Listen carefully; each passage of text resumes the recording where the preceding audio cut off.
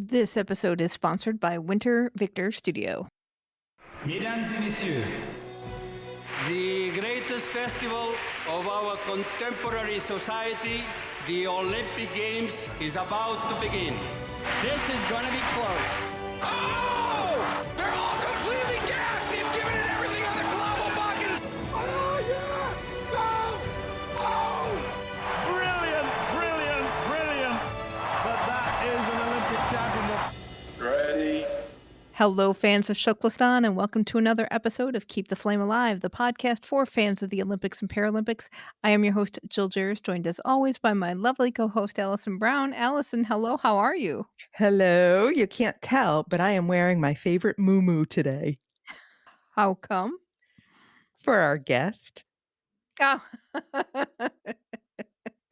I might start playing some Don Ho Tiny Bubbles in the background, but I don't think we have clearance to use that. But we could put a link out there. I would love to know how many people still know who Don Ho is. I know we made him. I was doing some transcripts today from last week's show, and we talked about Merv Griffin, and I put it in the newsletter. Go ask your grandmother. So this is another go ask your grandmother who Don Ho is. Yes. Well, before we get to this week's interview and our guest, we'd like to thank Winter Victor Studio for sponsoring the show.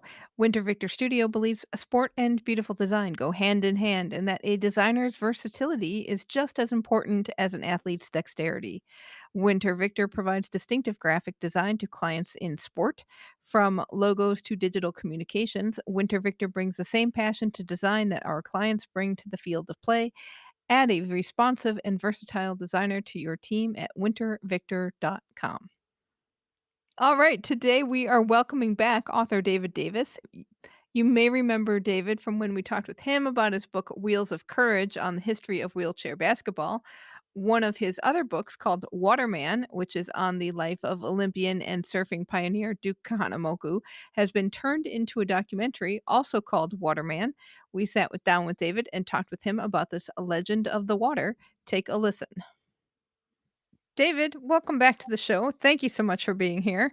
This is really exciting. Your book, Waterman, has been turned into a movie and will be on PBS. It's about the life and times of Duke Kahanamoku. How did you get interested in the story of Duke Kahanamoku?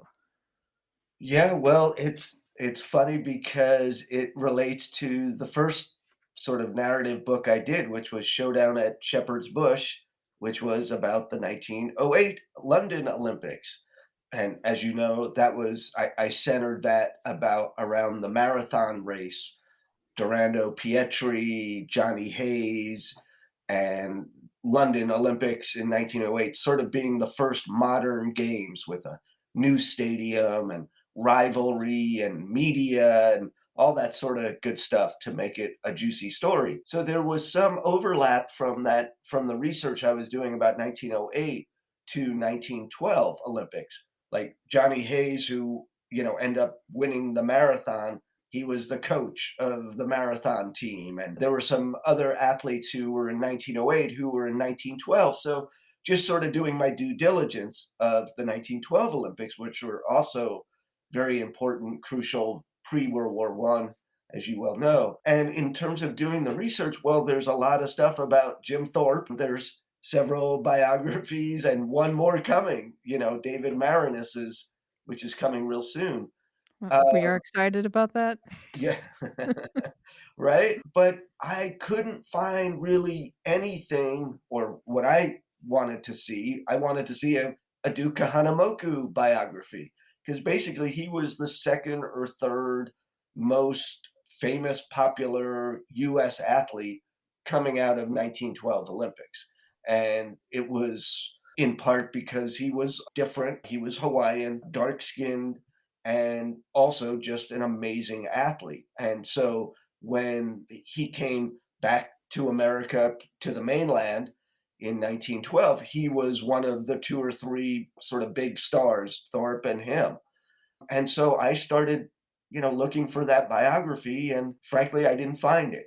If I had found it, I would have moved on to the next idea, but I didn't. And actually, when I was finishing up Showdown at Shepherd's Bush, I made a trip to Hawaii just to sort of scout, the turf and just see what's out there. And before I think even Showdown was published, I was already going, this is going to be my next book. So to me, he was just a fascinating, untold story of an American sports hero who had sort of been forgotten, except in, of course, Hawaii and in surf culture. And I, like you, was so surprised because it touches so many different points. You have that World War One interruption of his Olympic career. You have that early Hollywood. You have the interweaving of Hawaiian history. You have Doris Duke making a cameo in Yes. this story, and then the emergence of surf culture. It seems just so right for I feel like there should have been a 1950s Elvis movie about this. It was just such a fascinating story on so many levels.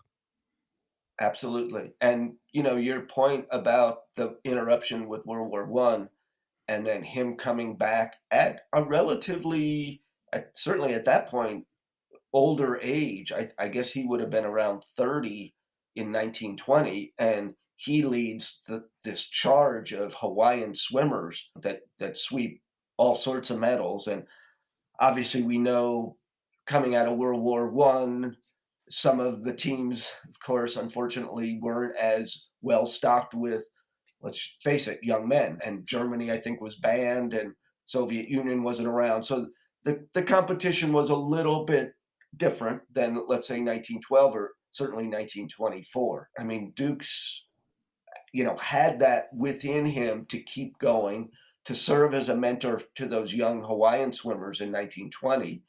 And then we get to Paris in 1924, and Duke's sort of sidling out the door, but he's still good enough to beat everybody except the great Johnny Weissmuller, who sort of becomes this American icon and, dot, dot, dot, Tarzan, et cetera, et cetera. So unfortunately, like, Duke has this great record at the Olympics, and yet he gets very much overshadowed in the sort of roaring 20s of sports and, Babe Ruth, Jack Dempsey, all these guys. Weissmuller sort of attains that top spot for Olympic swimmers, at least in the, in the American circles. And again, sort of Duke gets a little bit forgotten. Talk to us a little bit about how he was chosen to be in 1912 because, Hawaii at the time is a territory of the US, and there doesn't seem to be a whole lot that people in the mainland know about this country. No, absolutely. Very, very, very little. And his is a story. There's some serendipity in all of this, in the sense of, let's face it, he probably wouldn't have attained the Olympics without the US imperialism, frankly, taking over Hawaii for its strategic value in the Pacific. So that was one thing. Very much as he's starting his career, the AAU, which was AAU Amateur Athletic Union, was the main governing body of US amateur sports, which means the Olympics, much more prominent than, let's say, the NCAA at that point. And just around the time that Duke is becoming, a man and being able to be competitive, the AAU has its foothold in Hawaii. So really, one of the first main swimming competitions is in 1911, and he sets all sorts of records. They send the results to the main office in New York. This is Sullivan's AAU in the main office, and they look at these records and go, "No way, this is impossible." And it's very much a looking at, they don't know anything about Hawaii, and to them, this upstart with a name they can't even pronounce, breaking major records. I think it was Charlie Daniels was the big swimmer back then, and he was very much connected with the, New York Athletic Club, and that sort of clicked back east. And they said, "No way." And by the way, this was done at an outdoor, in Honolulu Harbor. And here are New York people who've never even been there commenting about the tides and which way the water was flowing. as if they know what the heck they're talking about. So really, Duke had to come to the mainland, first time he ever had traveled, came to the mainland in early 1912 to prove himself and to be able to sort of qualify for the US team. And he has some failures in the beginning. He was not used to swimming indoors, and he had some issues. And finally, they were straightened out, and the swimming experts in America realized, okay, wait a second, this guy knows what he's doing, and we need him on our team. And from that point on, he was considered a major American threat for a medal. What did the average American think of the Olympics in 1912? How aware were they of its existence even? That's a very good question. I would say spotty at best. I mean, certainly, as you all know as historians, it was covered in the major newspapers, and again, 1908 being that it was London, there was quite a bit going back and forth, and that involved the rivalry. There were a lot of Irish American athletes on the 1908 team. So when they went to England, there was a big rivalry, and that was written about a lot. How much of this extended into the Midwest and the South, etc.? Very good question. And certainly back then in the South, there would have been racism, race prejudice, and so African American athletes wouldn't have been able to even qualify for a spot on the team. So it was starting to build. I mean, remember, I mean, Coubertin's this had only started in 1896, so it was still percolating. It really hadn't, and the one time we had it here, St. Louis in 1904 was sort of a disaster. A lot of people didn't even know that they were part of the Olympics. So it was a slow build, but certainly 1908 and 1912 were very important in terms of obviously not knowing that a world war was going to happen, but they were instrumental in setting a tone so that after the war, there was enough of a groundswell to start it up again in 1920, which a lot of that was also controversial. A lot of people were thinking, gosh, Belgium had just gone through hell. Are they ready? Can they even have an Olympics? And they pulled it off, but it certainly was not a smooth sail, so to speak. So it was a slow build. And I think in the 20s, you start really building with the Olympics and it becoming more broader known and popular and that sort of thing. And that probably relates to media, film, and images that you could now see in a movie theater and things like that. You mentioned race. Duke is not white, so he's Hawaiian, looks different. 1912 also featured Jim Thorpe, American Indian, and it also featured everybody's favorite Olympic racist, Avery Brundage. So Yes. how how it's interesting because in the book you talk a little bit about Jim Thorpe and Duke becoming friends, especially on the boat rides that they had to take to get to the Olympics. So tell us a little bit about how their friendship worked and what it was like for them as non-whites in this very, very white culture. Yeah, it's an interesting, very, very interesting question and very complicated question. From what I could tell, there was certainly mutual respect among the athletes. I think that's always, well, not always been the case. I think there's a respect among competitors, that sort of thing. Certainly, you couldn't watch Jim Thorpe without exulting at his ability and his how he could handle all of this. And I mean, you bring up Avery Brundage. I mean, this is someone who is very controversial and covers from 1912 to 1972. I mean, just an amazing breath of life and Olympic, whether you like it or not. He's certainly a major figure. So I don't want to feel like I'm evading this question. We know that Duke, when he was on the mainland, did experience racism and prejudice in part because of ignorance. People looked at him, and with very few people having gone to Hawaii or even encountered someone from Hawaii, many of them looked at him as if he was African American. And there are reports that he was turned down sitting in restaurants and things like that while he was in the mainland. The other thing that was sort of interesting, if you will, when you talk about you talk about on the ship going over. Well, here you've got everybody together and that sort of thing. They had evening entertainment. Let's say in 1912. I mean, there's not a whole lot of computer, internet, cell phones, etc. Right? So what do? Well, Duke Kahanamoku takes out his ukulele and strums some Hawaiian songs and sings. So I think that endeared him to others. And yet at the same time, again, all of these acts going on on the ship to entertain everybody, there was blackface going on as well, where people would stand up, put black makeup on and do their act. So, you couldn't avoid it in that sense. But I also, just to point out, I think 1912 was an interesting, I mean, obviously the team was pretty small, comparatively speaking. There was at least one other Native American, Louis Tewanima, who was a 10,000 and marathon runner. And he had been to the same school as Jim Thorpe at Carlisle. And I think that was the first African American was on it was either 1908, 1912.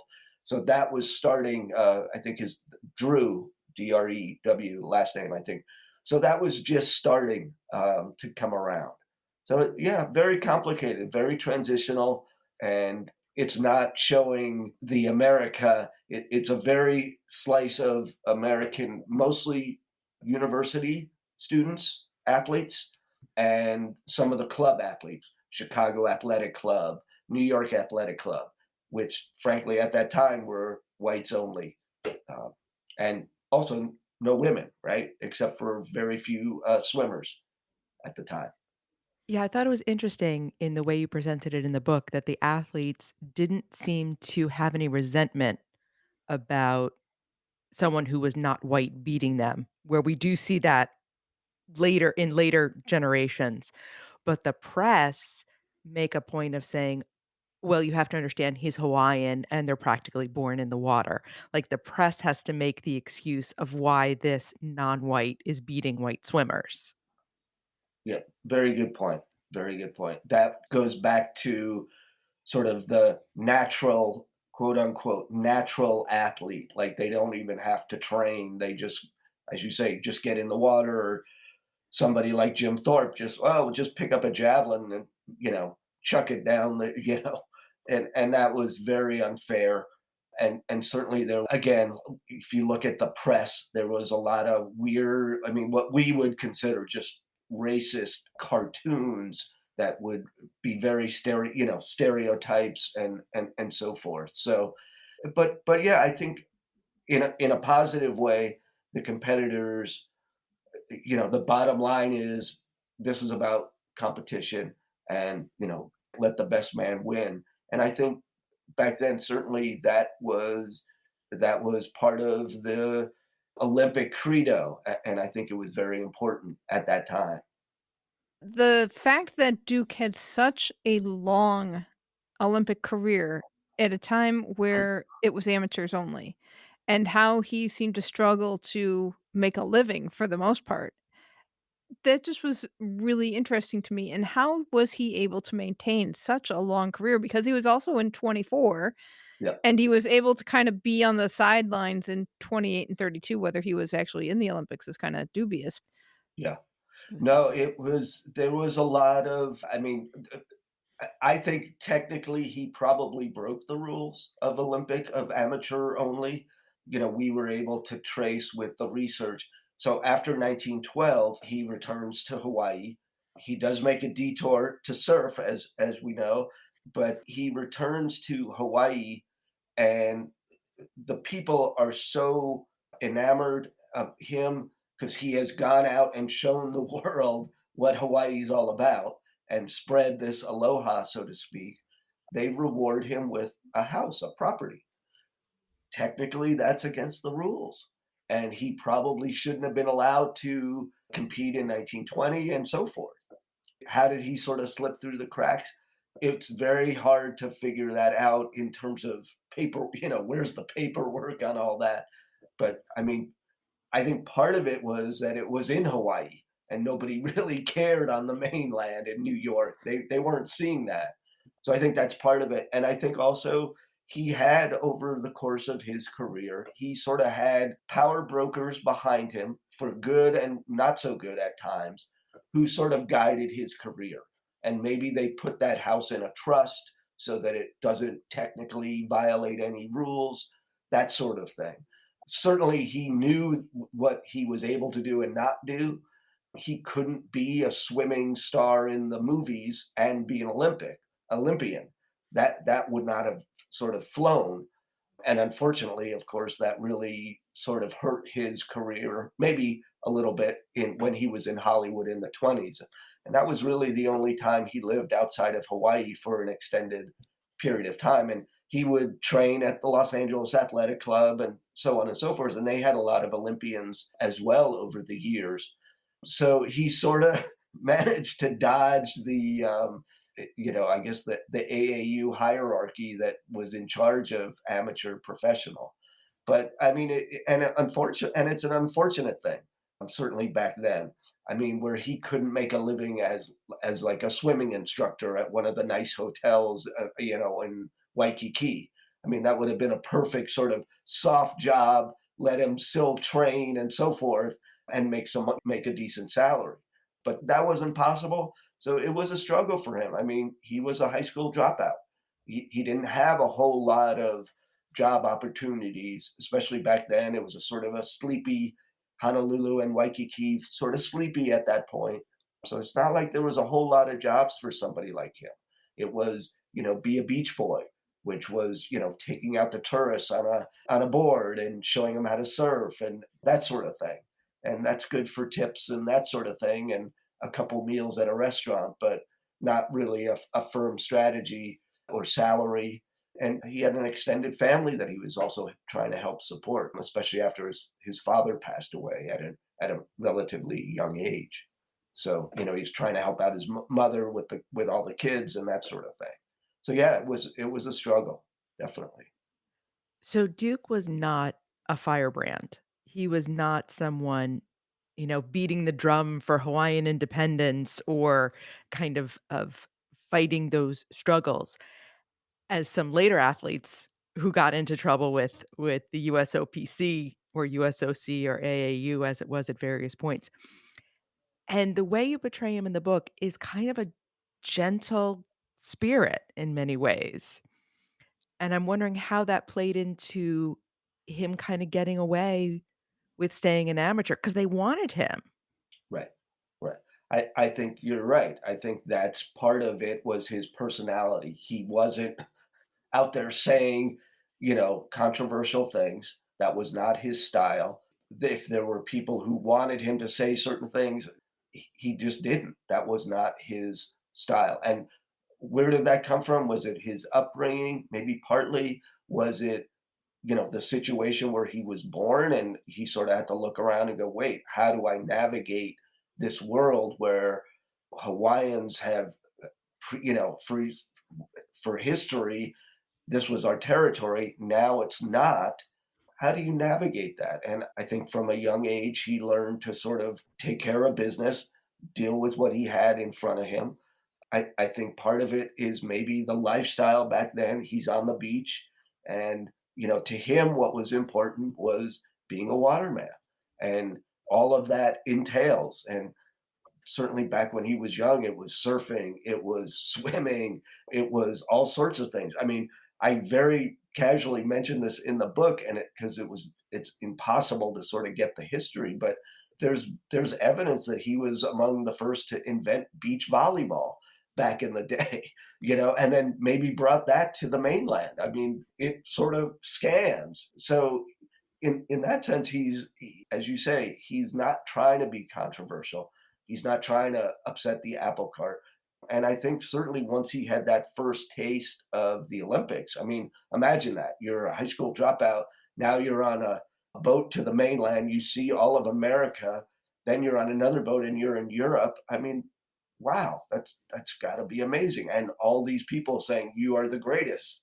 I think that sort of helped define him moving forward. And I think that escape, as I sort of write about going to Hollywood, was sort of that one time where he sort of went for it, maybe a little bit different, that it was a little bit off the beaten path, getting out of his comfort zone of Hawaii and his family, taking it to LA and Hollywood and seeing if he could make it. And I think he enjoyed the experience. He met a lot of great people, et cetera, et cetera. But it certainly didn't translate into a career in the movies.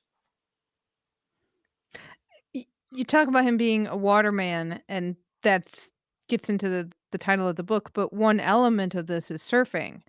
Tell us a little bit about surfing at the time, because what got me were how heavy some of these surfboards were Yeah. that they got far out into the water.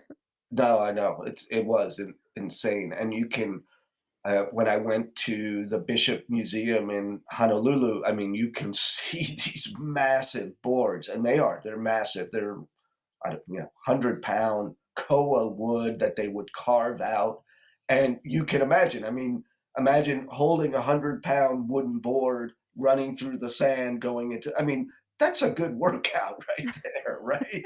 Uh, I mean, that's got to build up every muscle you can imagine, and then paddling out and so on and so forth. So yeah, and the balance and what it means. But yeah, no, surfing was there had been a down slope of surfing, sorry, no pun intended. There had been along with sort of the missionaries coming into Hawaii and trying to get rid of Hawaiian culture, there had been sort of a lull in the popularity of surfing. And once Duke and others, his brothers and others before him, kept that alive. And at the time, there was no technology. From what I mean, there's been reports that maybe there was surfing in Peru and other places, but as far as we know, maybe in other places in Polynesia, but as far as we know, Hawaii was the only place at that time. So when Duke wins at the Olympics in 1912, that gives him a platform to take surfing around the world. And he does. When he comes back through the East Coast in 1912, he surfs in, off New Jersey, like Atlantic City.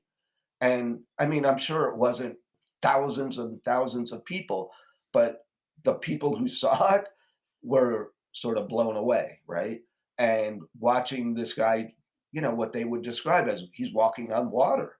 What an amazing thing. And then another key moment is him taking that tour in Australia.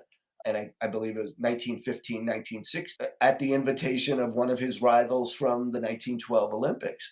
And he goes down there, does a lot of swimming exhibitions, but also surfs. And, again, the dot, dot, dot is look what happened to Australia. So he would do that. I mean, that was it his hobby or whatever you want to call it, but that he felt the best in the water, whether it was swimming or surfing. And certainly he helped spread. And then when we talk about 1920s in Southern California, he surfed up and down, California in the Pacific here and established surf spots that are still going today, whether it's Huntington or up north in Santa Cruz. So he was sort of that Johnny Appleseed figure of taking surfing and showing it, and without being, some sort of, hey, here's my surfboard and I'm gonna endorse this and so on and so forth. It was very organic, and I think people just watched this and said, I want to do this. That looks cool, and that gets into how surfboard technology changed in the 20s and 30s and got more sophisticated. And then certainly after the war, when there was sort of, as airplanes come and technology comes, you sort of have this interchange between Southern California and Hawaii. And that sets up the big surf boom of the 60s. And Duke's still there, he's still a presence in that world until he died, and then certainly his legacy living on. What about surfing in the history made it stick? I mean, obviously, a lot of people love it. It's a lot of fun, but what really drew people to it at that time? Well, I think it was also one of those sports like basketball where all you need is a board. It's pretty s in that sense, it's pretty simple. Yeah, it takes a little bit it takes some courage to try this, especially when those boards were the size they were. But, on the other hand, those boards were being that they were sort of pretty simple or crude, you weren't doing tricks and flips and all that sort of thing. It was you paddled out, you turned around, and you came back.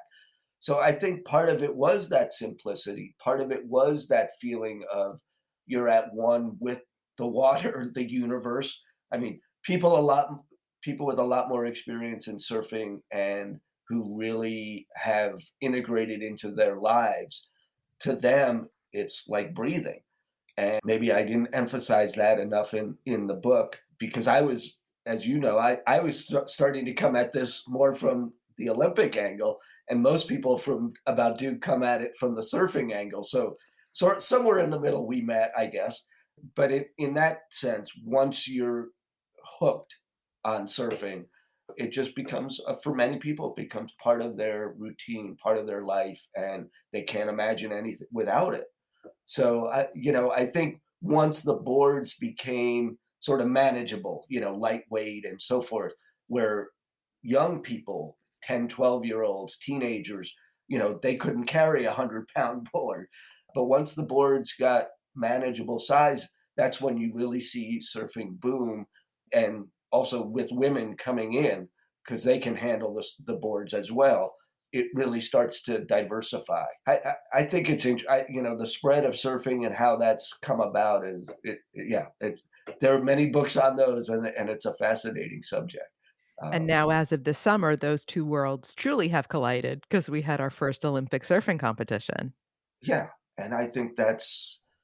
I mean, there's some controversy. There's some old school surfers who, they're in their flip flops, and all right, let's say they're sipping a Corona. Let's keep it somewhat, no, they don't like the competition aspect of surfing. There's certainly that, and I understand that. And that's an argument that I'm sure you've heard about, some of the X game type, sports. Like, hey, how, snowboarding, it's just, we just want to do flips and things. I guess this is the world we live in. And in that sense, I'm happy that it is spreading, and I hope it's opened some doors to people. I really would have liked to have seen this will be my editorial on the surfing scene. I wish that they would have had Hawaii have its own team for the Olympics. Like you would have a US team and then you'd have a Hawaiian team. But that's just me. Though we did have a Hawaiian Yes. in the women's competition, so that was Yeah. w where do you Carissa. think where do you think Duke would come down on surfing competition? Oh, I think he would go for it. I mean, he was and there's a little controversy. Did he ever say, "Oh, surfing will be in the Olympics"? I'll leave that to other historians if it happened or not. It is a little controversial, but no, I think he loved competition. I mean, even though he was this sort of very soft spoken, shall we say, or someone who was reticent to talk and so forth, he loved competition. I think that's one of the reasons he kept going in 1924. Like he thought he could beat. I mean, imagine if he had beaten Johnny Weissmuller for whatever reason. Wow, that would have been, amazing. Of course, unfortunately for him, he couldn't. And he actually, I don't know about sponsored, but he put his name on one of the first and most prestigious surf contests in the 60s, which was the Duke Kahanamoku Invitational. And that was, I mean, if you won the Duke, man, you were, that was big. And that was really the start of the surf competition. And he had his own guys who were the Duke Kahanamoku surf team in that era. And they were all just absolutely top-notch surfers from Hawaii. They were not necessarily Hawaiian, but they were all from Hawaii. And so, yeah, I think he would dig it. I think he would be front and center on the beach there. And certainly last thing, I mean, on that, I mean, you talked about this sort of the two worlds colliding. I think also it was important that it was Tokyo and Japan and the Pacific Rim. And I think Duke, I mean, if you go to Hawaii today, I mean, and see that influence, it's not just Hawaii. It goes beyond, all around the Pacific Rim. And certainly in Japan, I mean, he is revered. And I've tried like heck to try to get the book translated to Japanese without success, but I would love to have that book out there, frankly. Speaking of the book, it came out in 2015. How long did it take you to put together? Because you do so much research for your books. Yeah, it probably took me from when I was finishing up, Shepherd's Bush, which would have come out 2012. So I was already working on it. I mean, I have some regrets in terms of research. I mean, every time I do a book, I get better at research, as you know, and I get more into it. And I looking back, I would have. Well, here's my regret on the Duke book. There are cases of newspapers, magazines that are in the Hawaiian language, and it would have taken a major effort and probably a lot of money to get those translated, to locate all of that, and I didn't have that muscle.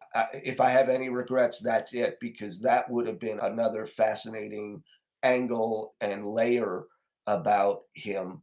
I mean, I could only unfortunately deal with English language magazines, newspapers, documents in Hawaii, and thankfully there's a lot, but that would be a bit of a regret.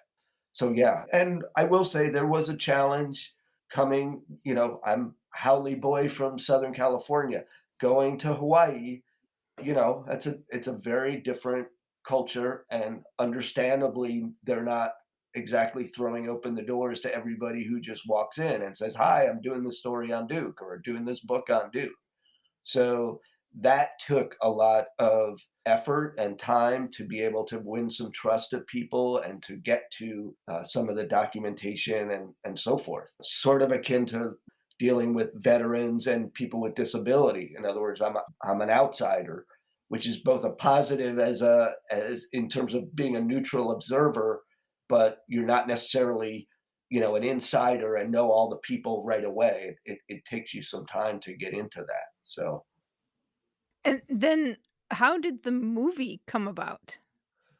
yeah, I mean, I guess I would just say luck, in the sense of the book was published by the University of Nebraska Press.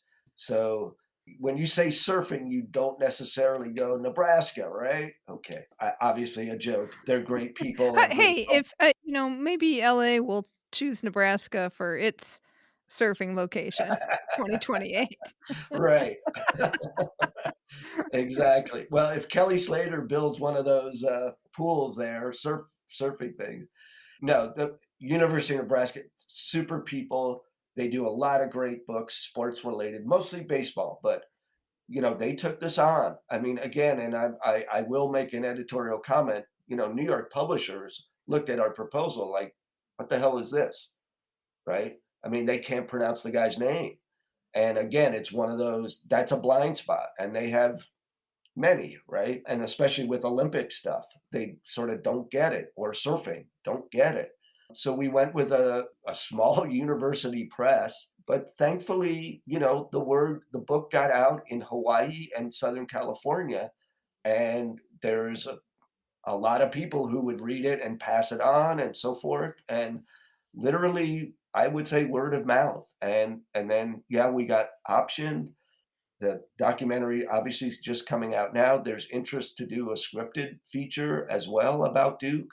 So we'll see. I would not be opposed by any stretch. So yeah, I mean, but it's not something you can count on, right, when you write the book. But I do remember I had a PowerPoint, and to accompany the book at readings and libraries and things like that. And I would do the PowerPoint with Duke, and, is, let's say, a half an hour, 40 minutes, and then do a book signing. And I remember the first one we did was down, or one of the first ones was down in Corona del Mar in Southern California, which was a popular surf spot. And actually, it's where Duke made his rescue of all those guys in 1925. I mean, literally, like right down the street. And people would came up to me and said, "This has got to be a movie. This has got to be a documentary." And I was like, "Wow, yeah, okay. Call my agent." Like I had an agent. So anyway, I all I could say is I got lucky. But yeah, it's a great story, right? I mean, and heck, they made movies of Jim Thorpe, so let's put Duke up there. I certainly think he deserves to be in the pantheon. Who would you wanna play Duke? That's the rub. I mean, I guess maybe early on it could have been Jason Momoa, but I think he's maybe aged out of that one. But that's the key. How do you cast that? Really tough. He's such a larger than life personality. He was so handsome and so athletic and did all these many, many things and so many different things during his life. He was many people in many ways. Yeah. No, absolutely. And that's another challenge if you're going to make a film. Do you do the soup to nuts version, or do you just do a real concise one? I mean, I think of the film 42 about Jackie Robinson, where they just took sort of that, okay, where he's just starting to integrate into baseball and what that challenge was, and whether you like that or not, whether you think that film succeeded or not. I thought that was a very smart way to handle that. And the Duke one, it's yeah, not easy. That's a challenge on many levels, casting and storyline and introducing people to Hawaii and Hawaiian culture that haven't seen that or experienced that. So definitely a lot of challenges.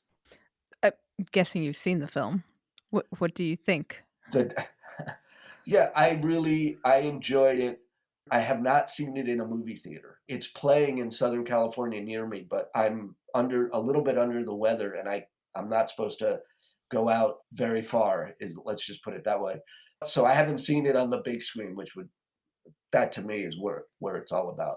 But I saw basically the final cut without, I think, all of the music, not the final, but and I thought they did a great job. I mean, Isaac, he had his vision of doing sort of the flashbacks, and not easy to do. And I think he stuck with his vision, and I think that shows. So I tip my hat to him. Not easy to pull off, and I think he did a great job in that sense.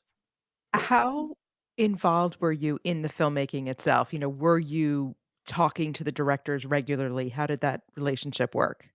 I gave them a lot of material in the beginning. I mean, I gave them all my research. It was like boxes, like, here, good luck. Here's stuff I found of Duke, tape recordings in archives somewhere. Here's a video, that sort of thing. I just helped in that regard. I'm a talking head in the film. So they sort of used me for that to sort of be a through line in certain ways. I think they really, I mean, you were asking me about the film. I think they really worked hard to get a diverse crew of talking heads, male, female, Hawaiian, non Hawaiian, surfers, non surfers. So I think that part is really good. It's such a hard overall. So that, in that sense, that's what I help supply. I wasn't sitting in the directors' meetings and things like that. So they didn't ask me about the soundtrack. Did you have your own soundtrack in your head when you were writing? Well, yeah, a little bit. I love some of the old time ukulele and Hawaiian music, which to me is it just as soon as you hear it, you're in Hawaii and you're sitting on the beach or whatever, and you're listening to some guy just sing some tunes on a ukulele, and some of those old time sounds to me. That's what gets me. Yeah. What is it like to kind of let your baby go and be somebody else's baby?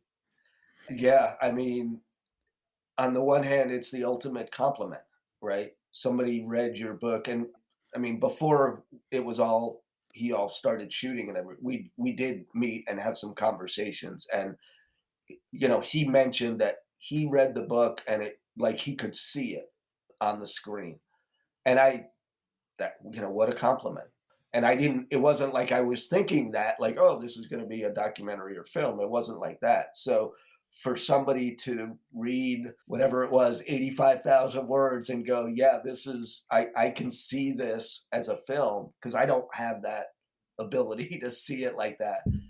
Yeah, to me that's the ultimate compliment. So I'm out here in LA. I'm not part of that, Hollywood scene, but I've had enough experience with other, with friends and so forth, and they've all told me, look, it's a different medium, it's a different animal. You have your work that you did.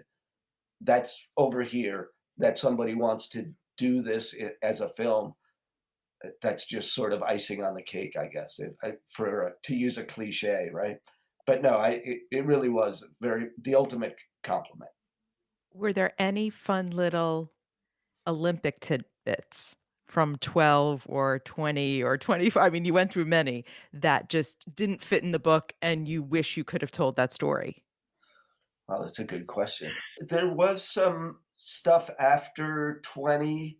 I think they supposedly they went to like the south of France and maybe were surfing there. These little things that you just can't, because surfing is, and it was very frustrating to me as a Olympic historian, where you're like, okay, here are the competitors of the 100-meter semifinal and their times. Surfing's not like that. Surfing it's ephemeral. And until the 60s, there were no contests. So there weren't that, you couldn't get that sort of hard evidence of, well, he surfed here on such and such date for so many hours or whatever, or he did these tricks over here. Really, when he goes to Australia, like I said, in 1915, that was so well documented because it was so different and because it was English language newspapers that I could access. So you could really get to that. Oh, well, he was there at the beach on such and such day and so on and so forth.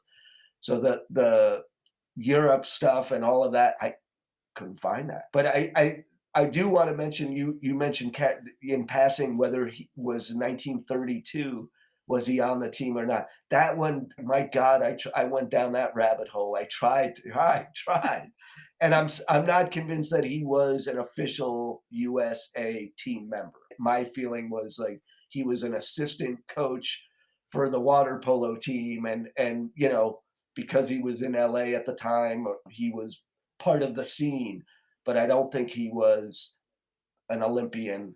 And yet, a lot of historians have put him on as if he was appeared in 4 Olympics, and I don't subscribe to that. But it was really hard to find the hard evidence again on that one. Well, in your book is probably the most Hawaiian picture that could probably exist. Don Ho and Duke meeting each other. Yes, yes. What an amazing, I mean, right? Amazing. I mean, when you think of all the people he that went through Duke, from the Prince of Wales and all these people, but yeah, Don Ho. And I mean, I guess if you really there would have been several places I wish I could have time traveled to, specifically Paris 1924 to watch Weissmuller versus Kahanamoku. I mean, like that would have been my gosh, right? But the other one would have been like 1966 in Waikiki, front row at Don Ho and Duke in the back, sitting there with a big smile on his face. That would have been pretty amazing. So, yeah, I agree. Excellent. Thank you so Oh, much, wow. David. We are You looking forward to the film. okay. Thank you so Thank you so much, David. You can look for Waterman, which is in limited release in theaters, and it will also be on PBS's American Masters program in May, likely for me in my area. It's on Tuesday, May 10th. So I want to mention that you are the one who brought up Avery Brundage in this conversation. I did not. And I totally let it go, mentioned nothing, and I'm going to mention nothing about it now. Except that you mentioned it. Moving on. You know what? Okay, so this always happens. We talk about something on the show and then it pops up in real life. So I came home from a bike ride, and Ben happened to be watching, Lilo& and Stitch on TV, and I sat down because I do love Lilo& and Stitch. What's in Lilo's bedroom? A poster of Duke Kahanamoku. Really? Yes. I've only seen Lilo and Stitch one time on an airplane, so I didn't really absorb it, but yeah, I mean, Duke is a legend in Hawaii. It's one of those things where he continues to be woven into the fabric of that culture, E and ex you don't even realize how steeped. Exactly, and there's also another, for Lilo& and Stitch fans, yes, there is a photo of the family in the movie at the Duke Kahanamoku statue as well. Is this gonna be like Where's Duke? Like, Where's Waldo? It might be, and that would not be a bad thing either. You can follow David on Twitter at DDavisLA and check out his website, ddavisla.com. And you can get David's books through our bookshop.org storefront, bookshop.org/shop/flamealivepod. We've got a whole list of books by authors who have been on the show, and any purchases you make through that link will help support the podcast financially as we prepare for the Paris 2024 games. Thank you to listener Erica, who let us know about the movie.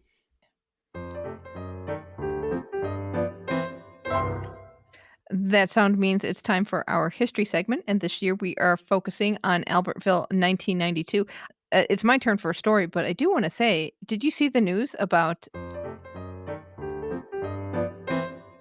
the Whitewater venue from Atlanta 1996? I did not. 1996 is what we focused on last year. The Whitewater venue burned Oh, down, no. totally burned down. Yes, it was one of the very few whitewater venues that was an actual river. How does a river burn down? It was the structure. I just you think they could have Mhm. taken care of that. There's a I know. river.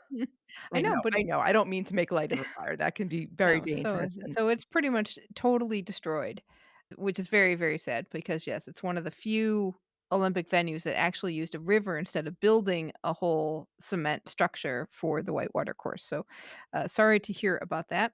I do have an Albertville story for you, though, because last week, as you talked about the opening ceremonies and the women who were the, what do we call them? I don't wanna call them the country placard carriers, but that's kind of what they do. mm, I mean, we call the other girls the medal girls. Are these the country girls? That doesn't sound good either. No, but as you talked about the women wearing the snow globes, and you mentioned that they could move the snow in the snow globes, and that some were very excited, like France, and then you said others weren't so excited, like Swaziland. And I know listeners, some of you probably went, "Swaziland? What is Swaziland doing at the Winter Olympics?" Because I did that, and I said, "I'm not letting that detail go." Swaziland, which is now known as Eswatini, and Swaziland was a British colony. It's changed its name in 2018 to be Eswatini, which is basically the Swazi language, and it means place of the Swazi, which is Swaziland just in its native language now. 1992 was the first time that Swaziland was in the Winter Olympics, sent one athlete, a Scottish-born man named Keith Fraser, who had become a naturalized citizen of Swaziland. And at the time, he was about 24 years old. He competed in alpine skiing, super G, giant slalom. He was also the flag bearer. Not many people to choose from, but he did carry the flag. I mean, there's so many things wrong with this story. We have a Scot going to Swaziland who skis Well, and on the there, mountains of Scotland. I mean, what is happening here? as we saw in Eddie the Eagle Edwards, Eddie did not make the British team for downhill skiing. So there is alpine skiing in the UK. But Maybe just Scotland? Have you been to that's Scotland? I have been to Glasgow, but it's hilly up there. You know what? I just did a virtual bicycle ride around the north coast of Scotland last last year. It's hilly there. I was very glad I was doing it in Ohio, which is also surprisingly hilly, but I did it mostly in a flat area. Okay, Anyway, so our African Scott. Yes. So in Super G, he finished 79th of 93 places. His time was 1:29:39, good 16 seconds behind the gold medalist, which actually is not bad, all things considered. He was 63rd in the giant slalom with a time of 2:41:76, 35 seconds behind winner Alberto Tomba. Tomba, tomba, tomba. And then he did not finish his first run in slalom, so he was out of the race. I think the mountain also got a lot of people in Albertville as well. Keith moved to the US somewhere, and he has become a ski instructor, at least part-time, and he's in Vail somewhere. I tried to find him, to be quite honest. The most I found was that he was given an honorable mention in Ski Magazine's Top 100 Instructors in 2003, and he's also been an instructor examiner with the Rocky Mountain Division of the Professional Ski Instructors of America.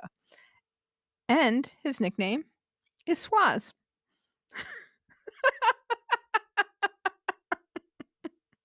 Keith has the distinction of being Swaziland's only Winter Olympian.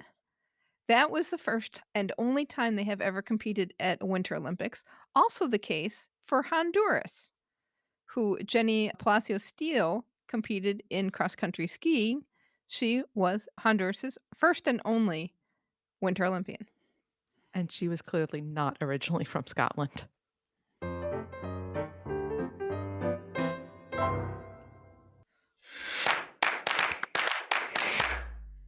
Welcome to Shukflistan.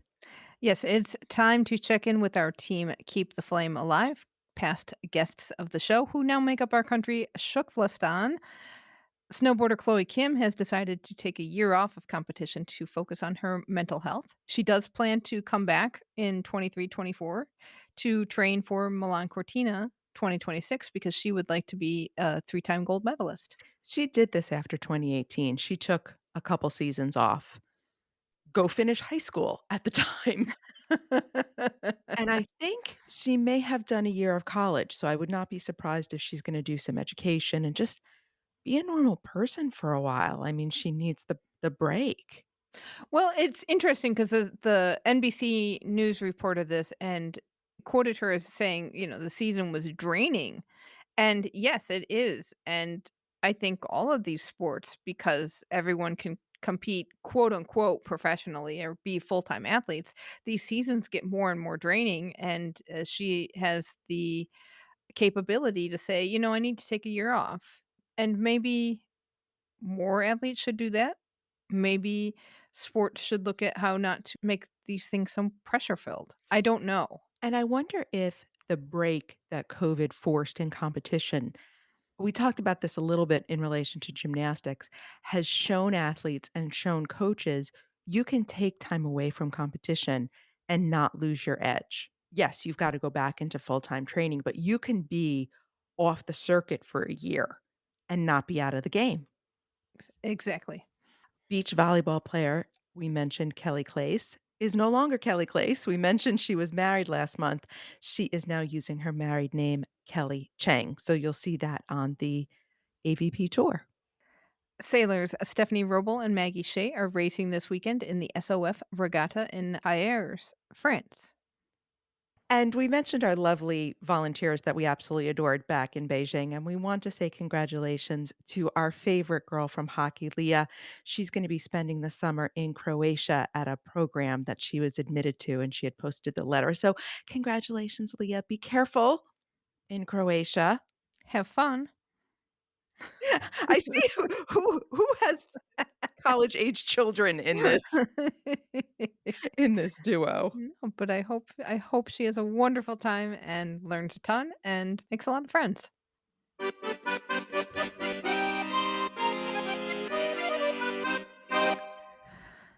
In France, Emmanuel Macron won re-election as the French president. He beat Marie Le Pen Lapin has been an outspoken critic of Paris 2024, including the use of languages other than French in messaging. So, this is good news for Paris 2024 and the French National Olympic and Sports Committee as well. And they had supported Macron in his bid for re-election. So now I think people can breathe easier in terms of the Olympics because otherwise, who knows what would have happened.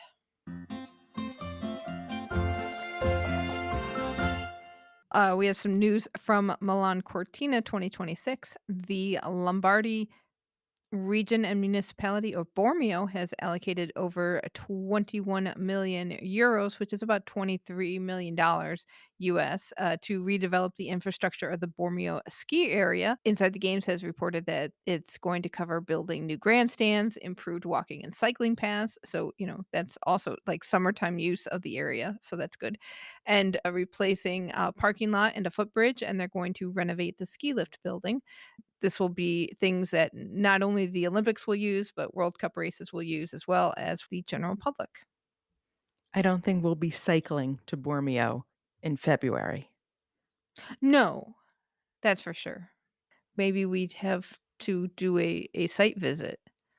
You know how they had that World Press Briefing event where they take everybody around on tours of the venues and things like that?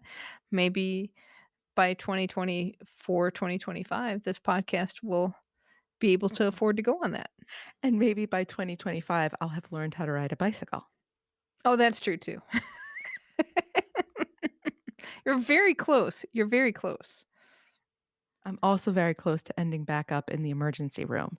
So let's not get ahead of ourselves. Nonsense, nonsense. You can do it. I believe in you.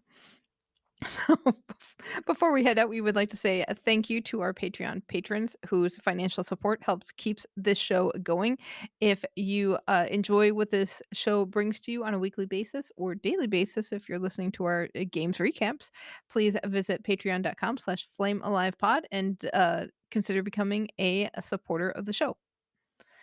And that will do it for this week. Hey, the World Games is coming up this July. We don't have the budget to go to the World Games, even though it's close to us. It's in Alabama, but we would like to do some coverage because it's kind of supported by the IOC in some way. So we want to do some coverage of this event, and we want to know what you want to learn about. So get in touch with us. You can email us at flamealivepod@gmail.com. Call or text us at 208-352-6348. That's 208-FLAME-IT. Our social handle is at FlameAlivePod, and be sure to join the Keep the Flame Alive podcast group on Facebook. Next week, join us for more stories of the Olympics and Paralympics. Thank you so much for listening, and until next time, keep the flame alive.